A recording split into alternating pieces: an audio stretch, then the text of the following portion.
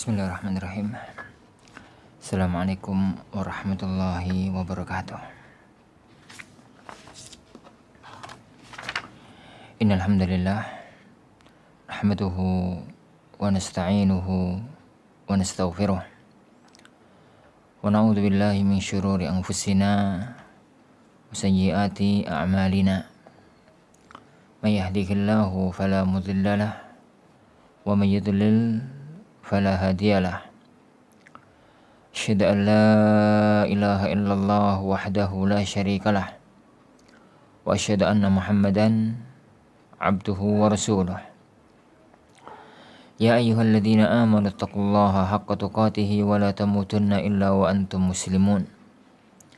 Ya ayyuhan nasu taqu rabbakumul ladzi khalaqakum min nafsin wahidah wa khalaqa minha zawjaha وبث منهما رجالا كثيرا ونساء واتقوا الله الذي تساءلون به والأرحام إن الله كان عليكم رقيبا يا أيها الذين آمنوا اتقوا الله وقولوا قولا سديدا يصلح لكم أعمالكم ويغفر لكم ذنوبكم ومن يطع الله ورسوله فقد فاز فوزا عظيما. Amma ba'd fa inna asdaqal hadits kitabullah wa khairal hadi Muhammadin sallallahu alaihi wa ala alihi wasallam wa syarrul umuri muhdatsatuha fa inna kulla muhdatsatin bid'ah wa kulla bid'atin dhalalah wa kulla dhalalatin finnar. Jamaah kaum muslimin, jamaah kaum muslimah, akhwani wa akhwati, para santri, santriwati, para orang tua dan wali dari santri santriwati Pondok Pesantren Al-Furqan Al-Islami, yang semoga senantiasa mendapatkan curahan rahmat dan barokah dari Allah Subhanahu wa taala. Alhamdulillah, dalam nuansa pandemi COVID yang belum juga berujung akhirnya, yang belum juga berakhir, di tengah nuansa yang masih belum normal ini, kita mendapatkan anugerah besar dari Allah Subhanahu wa taala untuk tetap menjadi hamba-hamba Allah yang istiqamah di atas ketaatan. Salah satu di antara tanda, salah satu di antara wujud bahwasanya Allah Subhanahu wa taala menganugerahkan kepada kita istiqamah dalam ketaatan adalah kita masih tetap berusaha berjuang untuk menimba ilmu syar'i, mempelajari ilmu agama, meskipun tidak bisa langsung tatap muka. InsyaAllah Subhanahu wa ta'ala, pada pertemuan kita mulai sekarang ini sampai nanti antum semua para santri Ponpes Al-Furqan balik ke pesantren, InsyaAllah setelah Idul Adha, kajian kita pada malam hari akan tetap berjalan normal seperti biasa. Jumat malam Sabtu ba'da maghrib dan Sabtu malam Ahad ba'da maghrib. Tapi tidak menggunakan kitab yang kita pakai tatkala kajian tatap muka. Kita akan membaca risalah lain. Dan risalah ini, tulisan ini, sebuah risalah yang sangat penting. Ditulis oleh salah satu di antara imam-imam besar ahlu sunnah dari negeri nun jauh di sana, dari negeri Andalus. Negeri Andalus itu negeri di ujung Afrika masuk Eropa, Spanyol kalau sekarang. Karena dulu, jadi negeri itu pernah menjadi wilayah kekuasaan kaum muslimin, dan kaum muslimin berjaya di sana selama 8 abad, kurang lebihnya 800 tahun. Yang kemudian waktu yang 800 tahun itu melahirkan banyak para ulama. Kita setiap masa orang ulama yang berujung yang akhirnya itu adalah Al-Andalusi, Al-Qurtubi, yakni Al-Ghurnati, atau yang semisalnya. Maka mereka adalah para ulama yang terlahir, hidup, dan menjadi alim ulama di negeri tersebut, yang kemudian karena hikmah yang agung dari Allah Subhanahu wa taala, kemudian karena kecerobohan kaum muslimin di jalan syariat agamanya, maka negeri itu pun sekarang menjadi wilayah kekuasaan orang-orang kafir. Semoga Allah Subhanahu wa taala mengembalikan negeri-negeri di muka bumi ini menjadi negeri-negeri kaum muslimin, sehingga Islam benar-benar menjadi agama yang menguasai, agama yang dianut oleh seluruh kaum muslimin, oleh seluruh umat manusia di bumi yang agung ini. Perhatikan azani Allah wa iyyakum. Risalah yang akan kita baca bersama adalah Al-Wasiyah Al-Waladiyah. Nasihat wasiat orang tua kepada anaknya. Al-Wasiyah itu wasiat, nasihat, wejangan, pitutur. Al-Waladiyah anak, maksudnya wasiat seorang tua, orang tua kepada anak-anaknya.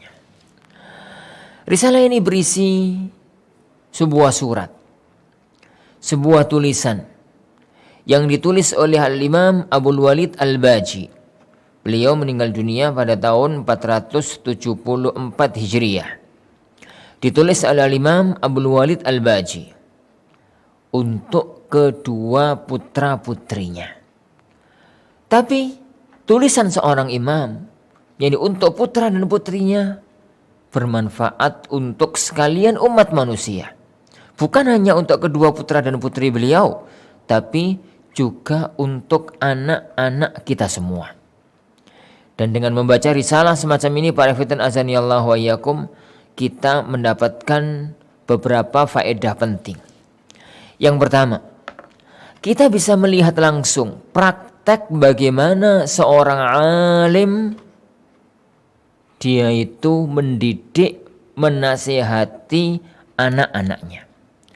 Kalau yang selama ini kita lihat adalah ayat-ayat Al-Quranul Karim, adalah hadis-hadis Rasulullah Sallallahu Alaihi Wasallam, adalah penjelasan dan penjabaran dari para ulama kita bagaimana cara mendidik anak. Ditambah lagi pada zaman sekarang kajian-kajian parenting, kajian-kajian pendidikan anak. Maka yang kita baca, yang kita dengar, yang akan kita pelajari bersama dengan kitab ini adalah praktek langsung bagaimana seorang Imam Abul Walid Al-Baji, beliau menasihati putra dan putrinya. Beliau menasihati putra dan putrinya. Dan ini satu pelajaran penting untuk kita semua, saya dan jenengan semua para orang tua yang diberikan oleh Allah Subhanahu wa taala anugerah anak, dan diberikan oleh Allah Subhanahu wa taala amanat anak, karena anak itu anugerah sekaligus amanah. Anugerah dari Allah Subhanahu wa taala yang besar, dan dia adalah juga amanah yang pasti kita akan dimintai pertanggungjawaban oleh Allah Subhanahu wa taala nanti pada hari kiamat. Kullukum ra'in wa kullukum mas'ulun an ra'iyatih. Semua kalian itu adalah pemimpin, penanggung jawab, dan akan dimintai pertanggungjawaban atas kepemimpinannya. Dan salah satu di antara tanggung jawab besar adalah tanggung jawab orang tua yang diberikan oleh Allah Subhanahu wa taala, amanat anak-anak yang kita emban bersama. Itu faedah yang pertama, tahu praktek langsung bagaimana sih para ulama kita mendidik anak-anak mereka, yang salah satu di antara caranya tatkala menasihati anak-anak mereka. Yang kedua, dengan membaca risalah semacam ini, kita pun mempelajari, mengetahui sebagai seorang anak. Kita semua anak, meskipun kita semua belum tentu orang tua. Orang tua yang paling tua sekalipun tetap anak. Tapi tidak semua orang itu orang tua. Faedah kedua ini lebih umum. Bagi seorang anak, maka hendaknya dia memperhatikan risalah-risalah ini. Anggaplah sekarang itu orang tua kita adalah Al-Imam Abul Walid Al-Baji. Anggaplah orang tua kita itu adalah Abul Walid Al-Baji. Dan anggaplah bahwasanya beliau sedang menasihati kita sebagai anak-anak. Sebagai anak-anaknya. Mudah-mudahan wejangan-wejangan yang beliau sampaikan, wejangan-wejangan yang beliau utarakan menjadi satu wejangan berharga dari seorang imam besar untuk kita semua. Dan kita akan bisa melihat bagaimana dulu para ulama dalam mengusung masa depan dan orientasi hidup anak-anaknya. Bagaimana dulu para ulama kalau ngasih nasihat, kalau ngasih wasiat, kalau ngasih pitutur, kalau ngasih wejangan, itu orientasinya adalah akhirat. Jadi meskipun tidak meninggalkan dunia.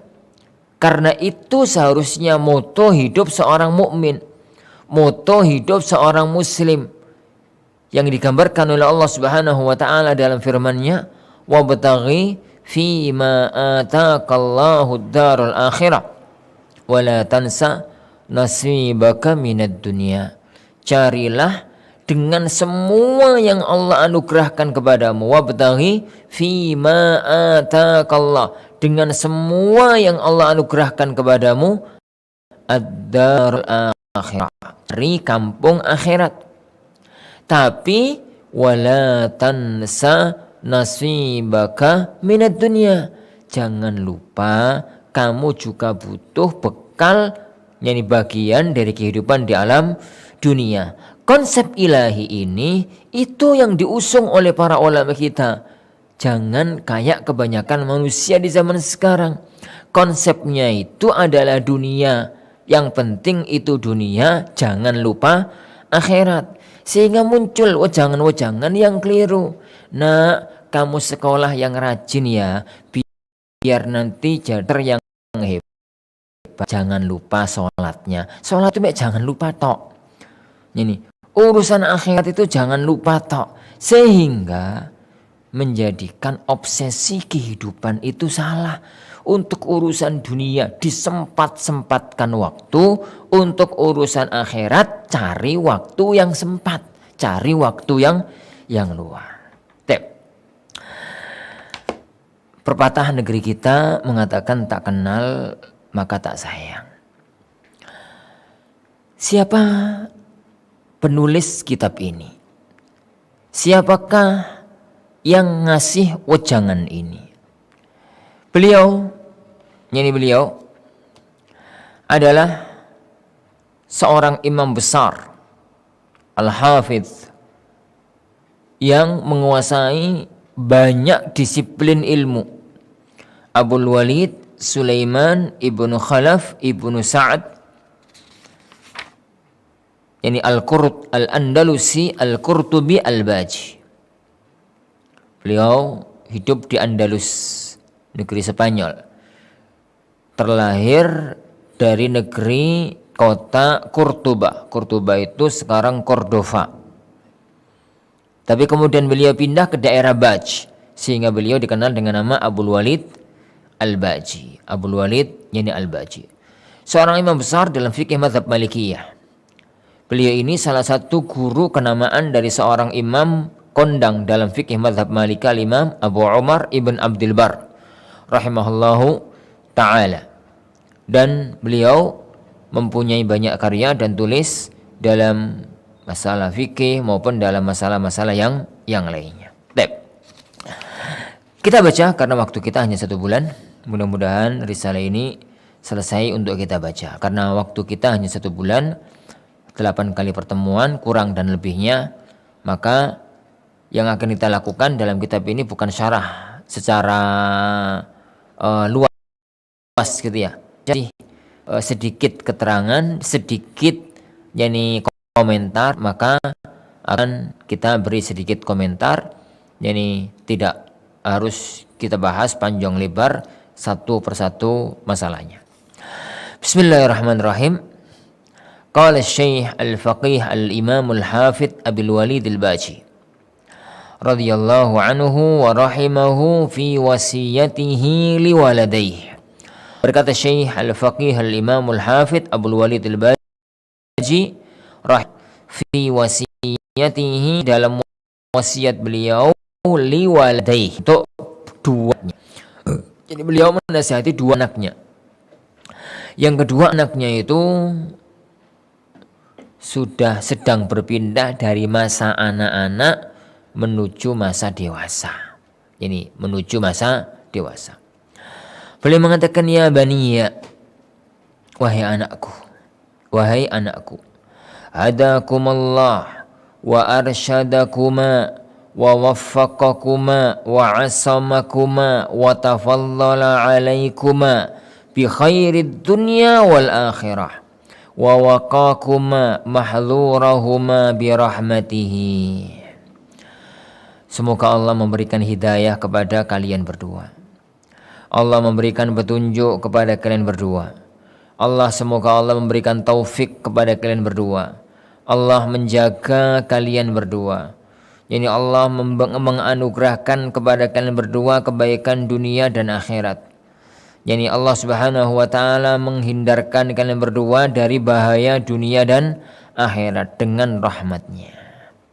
Satu pembukaan yang sangat indah. Di mana pertama, Abul Walid Al-Baji tatkala manggil anaknya, itu manggilnya dengan panggilan yang penuh dengan kesantunan dan penghormatan. Ya baniya, di bahasa kitanya itu yang lain. Kalau anaknya yang gede dipanggil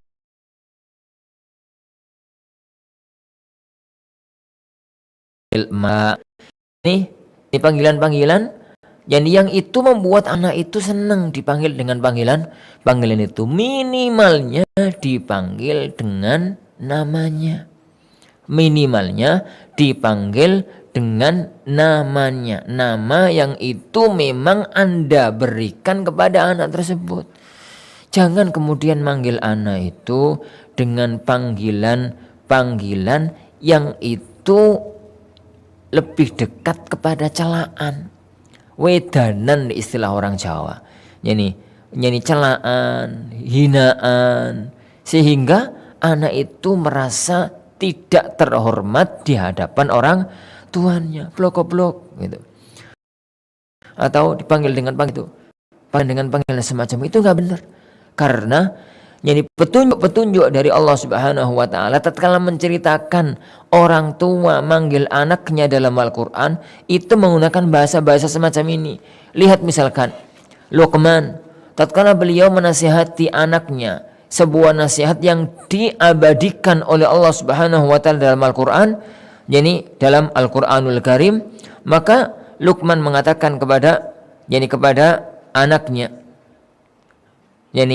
ya bunayya wa idh qala Luqmanu libnihi wa huwa ya'idhuhu ya bunayya,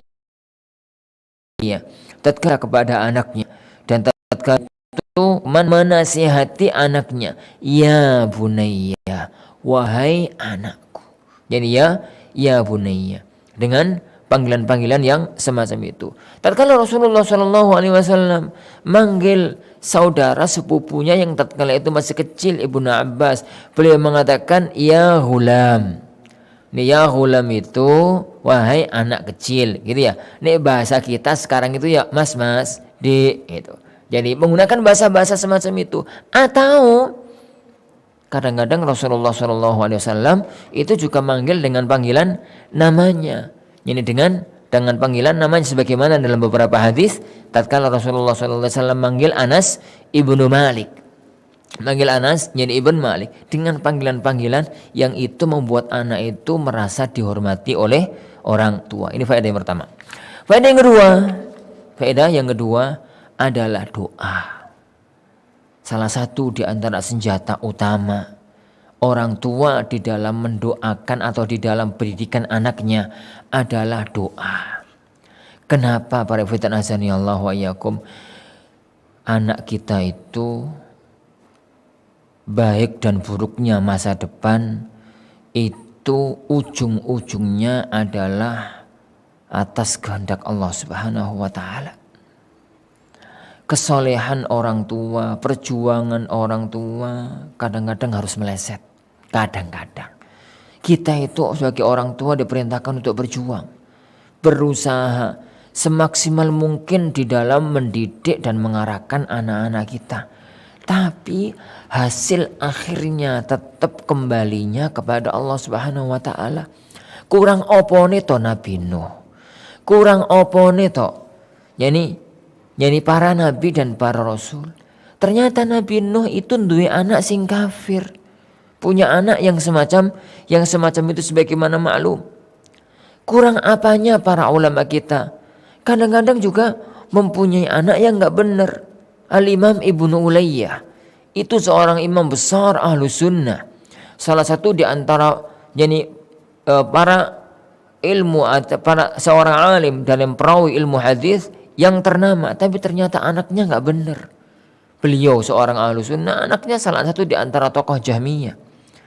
Karena semuanya kembali kepada Allah Subhanahu wa taala. Oleh karena itu, salah satu di antara senjata utama senjata utama orang tua di dalam pendidikan anaknya itu adalah doa. Oleh karena itu di sini Al-Imam Abdul Walid beliau mendoakan dengan doa-doa yang panjang. Hadakumullah wa arsyadakuma wa waffaqakuma wa asamakuma wa tafaddala alaikuma bi khairid dunya wal akhirah. Semoga Allah memberikan hidayah kepadamu, menunjukkan kebaikan kepadamu. Semoga Allah memberikan taufik kepadamu, kepada kalian berdua, menjaga kalian berdua, menganugerahkan kebaikan dunia dan akhirat, menjaga kalian berdua dari bahaya dunia dan akhirat dengan rahmat dari Allah Subhanahu wa taala. Baik. Kita lanjutkan.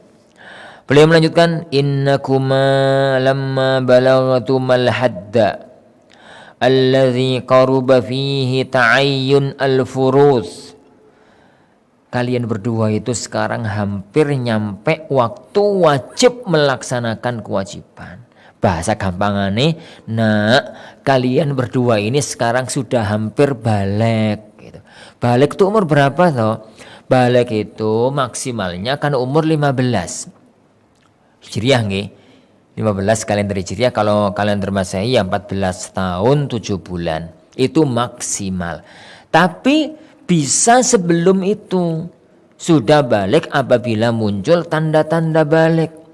Dan muncul tanda-tanda balik itu mimpi basah, keluar air mani, keluar rambut kasar di sekitar kemaluan. Itu umum laki-laki perempuan.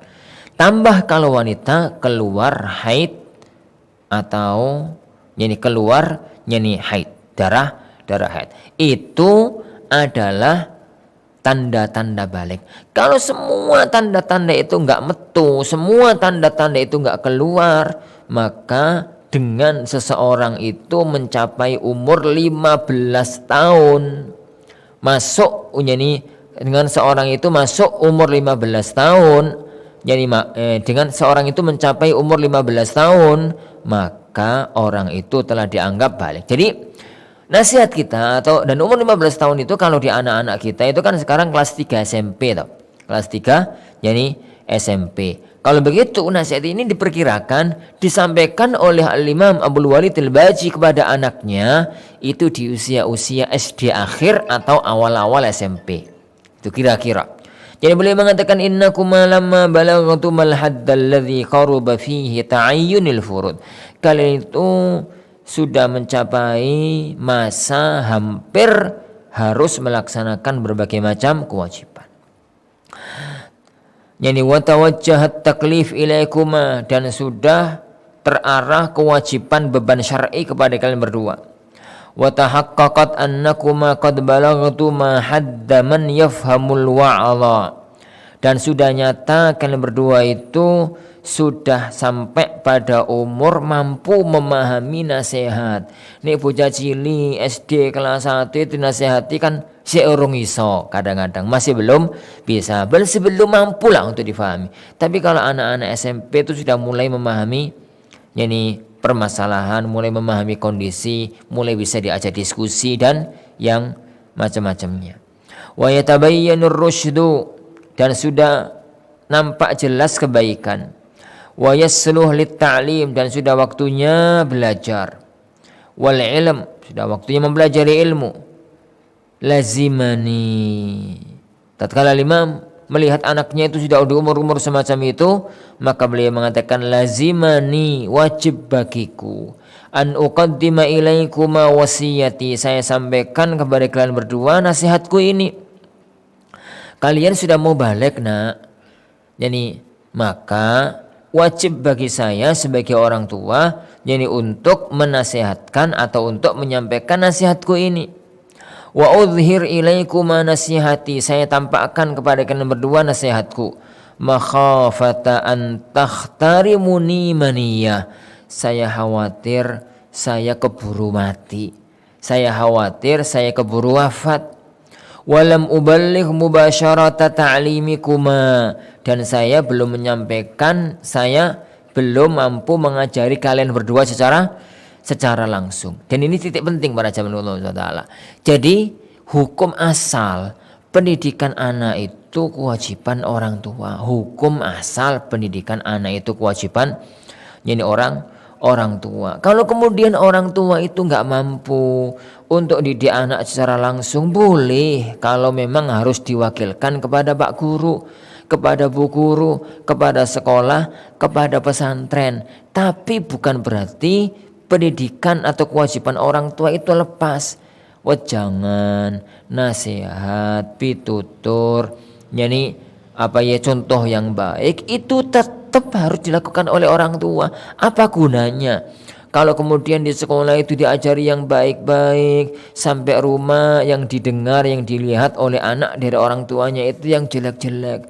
Kalau di luar di sekolah itu diajari yang benar-benar, sampai di rumah ternyata malah begini, malah begitu. Itu nggak benar.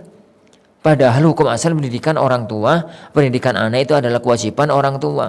Oleh karena itu, beliau mengatakan di sini, saya khawatir di usia kalian yang semacam ini, itu saya keburu mati.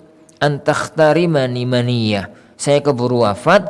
Walam ablugh mubasyarata ta'limikuma, saya nggak sempat jadi untuk mengajari kalian berdua secara langsung. Watadribikuma, melatih kalian.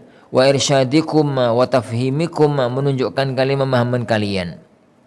Fa in ansa'allahu ta'ala fil ajal, Nabi, jika Allah itu mengundurkan ajalku, jika Allah subhanahu wa ta'ala memberikan waktu lebih, waktu ajalku itu diundur, fasayatakarraru an-nushu wat ta'lim wal irsyad wat tafhim, maka nasihat, pengajaran, petunjuk, wejangan semacam ini akan berulang-ulang aku sampaikan kepada kalian. Wa ma taufiqi illa billah, dan tidaklah taufik kecuali hanya kepada Allah. Alaihi tawakkaltu alaihi falyatawakkalul mutawakkilun, hanya kepadanya saya bertawakal, dan hanya kepadanya orang-orang yang bertawakal itu harus bertawakal. Biyadihi qulubukuma wa nawasikuma, di tangan Allah lah, di genggaman Allah lah hati kalian dan kepala kalian, ubun-ubun kalian.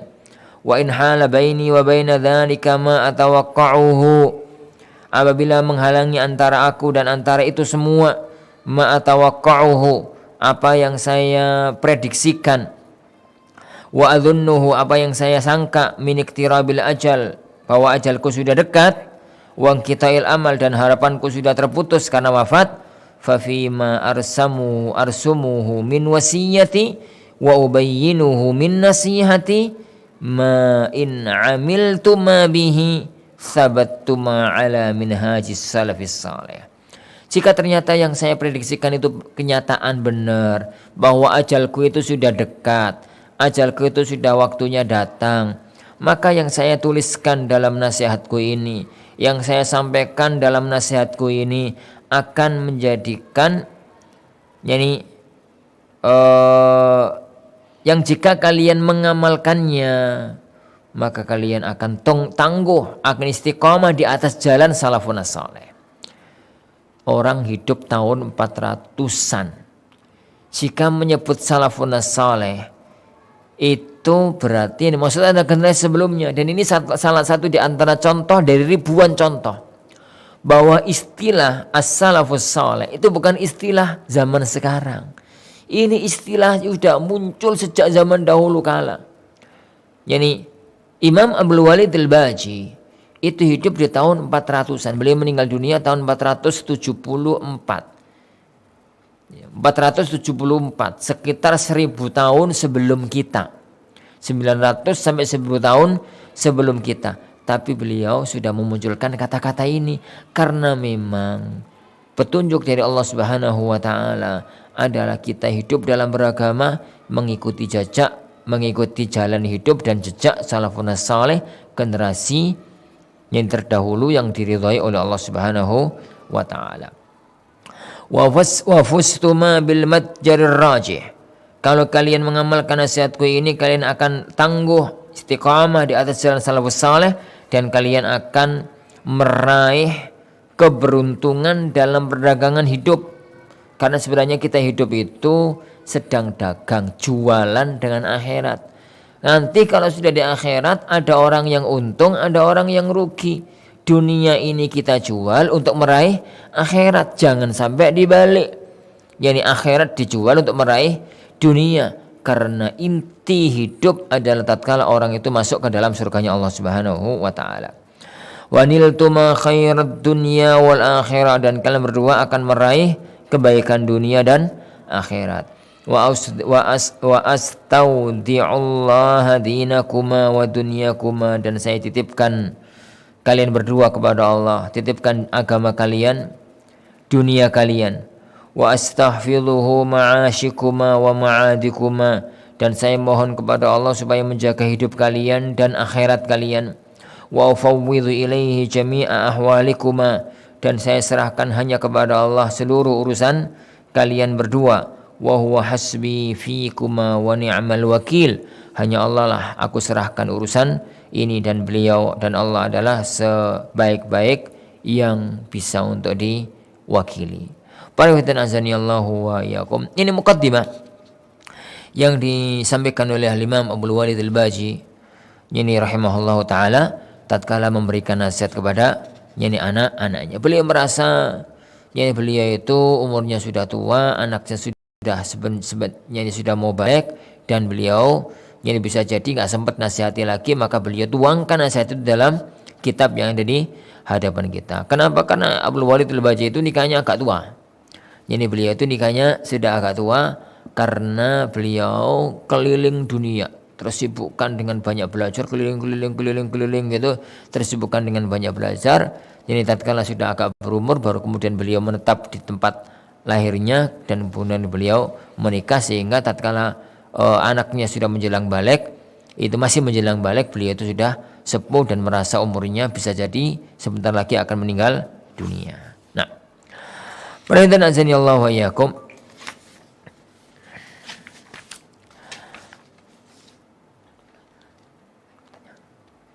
Baik.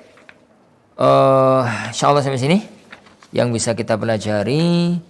Karena setelah ini penggalan berikutnya insyaallah subhanahu wa ta'ala akan kita lanjutkan pada waktu yang akan datang bi'idzni Rabbina tabaraka wa ta'ala. Jadi kita masih di muqaddimah dari wasiat beliau kepada kedua putra-putranya menjelang balik. Wallahu alam. Insyaallah kita lanjutkan besok.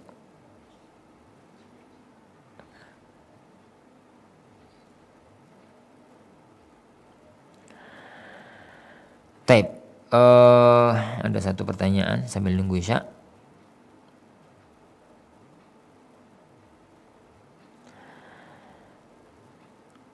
Semoga Allah Subhanahu wa taala melimpahkan rahmat dan keberkahan kepada Ustaz sekeluarga, amin. Pertanyaan Ana tidak sesuai dengan topik hari ini. Bulan Rajab dan bulan Dzulhijjah sama-sama bulan haram, yang mana kita dianjurkan banyak melakukan amal soleh, termasuk puasa. Tapi mengapa melakukan puasa Rajab dilarang, sedangkan puasa Dzulhijjah disyariatkan? Apa ada dalil khusus disyariatkannya puasa tanggal 1 sampai 8 Dzulhijjah? Pertama, ada banyak yang perlu diluruskan dari pertanyaan ini. Pertama, bulan haram itu 4. Bulan yang haram itu 4. Allah Subhanahu wa taala berfirman, "Inna iddatash syuhuri 'indallahi 12 syahran fi kitabillah yawma khalaqas samawati wal ard minha arba'atun hurum." Tatkala Allah menciptakan langit dan bumi, maka hitungan bulan dalam setahun itu 12. Di antara 12 itu ada 4 bulan hurum, ada 4 bulan yang mulia. 4 bulan yang mulia itu 1 bulan misah, 3 bulan nyambung. Yang 3 bulan nyambung itu Dzulqa'dah, Dzulhijjah, Muharram. Dzulqa'dah, Dzulhijjah, Muharram. 1 yang misah itu bulan Rajab. 1 yang misah itu bulan Rajab. Salah satu di antara kekhususan bulan haram itu adalah memperbanyak amal ibadah di bulan itu, tidak kayak bulan-bulan yang lainnya. Tidak kayak bulan-bulan yang lainnya. Jadi amal soleh di bulan itu lebih utama dibandingkan dengan amal-amal soleh di bulan lain, dan maksiat di bulan itu lebih besar dosanya dibandingkan dengan dosa pada bulan-bulan yang lainnya. Karena kaidah umum, waktu yang mulia, kalau ada orang nerjang haram di waktu yang mulia atau tempat yang mulia, dosanya lebih besar. Berbuat dosa di Ramadan lebih besar dibandingkan dengan berbuat dosa di bulan yang lain. Mencuri di masjid lebih besar dosanya dibandingkan mencuri di pasar. Itu kaidah umumnya. Lah, letak permasalahan disampaikan oleh Al-Akh tadi dalam pertanyaan. Kalau memang sama-sama bulan haram, kenapa kok poso Rajab dilarang? Puasa Dzulhijjah 1 sampai 8. Salah lagi pertanyaan. 1 sampai 9 mestinya. 1 sampai 9 disyariatkan. Pertama perlu saya luruskan. Jadi puasa di bulan Rajab itu enggak dilarang. Puasa di bulan Rajab itu disyariatkan. Tapi yang disyariatkan itu puasa yang memang ada dalilnya. Kan ada dalil puasa Senin Kemis, puasa Daud, puasa 3 hari dalam sebulan, puasa mutlak. Puasa-puasa ini disyariatkan di bulan Rajab, lebih ditekankan dibandingkan dengan bulan sebelumnya, bulan Jumadal Ula, Jumadal Tsani, dan lebih ditekankan daripada bulan-bulan yang lainnya. Dalam gambarannya para ikhwan azanillahu wa iyyakum, kalau ada orang itu biasanya ratau poso sunnah, ya bulan Jumadil Ula, Jumadil Tsaniyah enggak tahu poso sunnah, ya di bulan Rajab poso gitu. Biasanya puasa 3 hari dalam sebulan. Kalau masuk Rajab ya puasa ditingkatkan Senin Kemis. Kalau memang biasanya puasa Senin Kemis, jadi itu ya bulan Rajab itu ditingkatkan nambah poso yang lain. Begitu gambarannya. Jadi, lah adapun yang disampaikan oleh para ulama, tidak ada puasa Rajab. Maksudnya itu adalah tidak ada puasa khusus namanya puasa Rajab. Jadi puasa bulan Rajab itu adalah puasa yang ada di bulan-bulan yang lain. Hanya kalau puasa di bulan ini, ya boyo lebih ditekankan daripada puasa di bulan-bulan yang lainnya. Kenapa? Karena di bulan itu ditekankan untuk banyak melakukan amal soleh. Lah, begitu juga yang terjadi di bulan Dzulhijjah. Sama, hanya Di bulan Dzulhijjah itu ada dalil khusus, ada amal khusus untuk lebih menekankan amal soleh di tanggal 1 sampai tanggal 10. Kata Rasulullah sallallahu alaihi wasallam, "Ma min ayyam al-amalu salihu fihinna ahabbu ilallah min hadhil ayyamil ashr." Tidak ada hari-hari yang mana amal saleh itu lebih dicintai oleh Allah dibandingkan amal saleh pada 10 hari. Maksudnya 10 hari tanggal 1 sampai tanggal 10. Nah, di semua amal saleh, di antara amal soleh itu adalah puasa. Di antara amal soleh itu adalah puasa. Tanggal 1 sampai tanggal 10. Loh kok nggak 10 hari Ustaz puasanya? Iya, karena tanggal 10 itu tanggal hari raya Idul Adha, dan hari raya Idul Adha itu nggak boleh berpuasa. Lakukan amal soleh tapi jangan puasa di tanggal 10-nya. Adapun dari tanggal 1 sampai tanggal 9 itu disyariatkan untuk berpuasa. Terutama pada tanggal 9 Dzulhijjah, puasa Arafah. Jadi begitu gambarannya. Jadi jangan salah memahami masalah. Tidak ada larangan puasa Rajab. Puasa Rajab itu puasa di bulan Rajab itu disyariatkan. Jadi tapi puasa yang memang ada tuntunannya, ditekankan untuk semakin dilakukan di bulan tersebut. Adapun yang dikatakan ada larangan, bid'ah dan macam-macam oleh para ulama kita, itu adalah puasa khusus yang dikhususkan hanya dilakukan di bulan Rajab tak. Lah itu yang butuh dalil, karena mengkhususkan amal soleh itu butuh dalil. Lah dalil itu yang tidak ada, sedangkan di bulan Dzulhijjah dalil itu ada. Wallahu a'lam bishawab. Tapi insyaallah subhanahu wa taala, jadi ini yang kita pelajari pada pertemuan kita kali ini.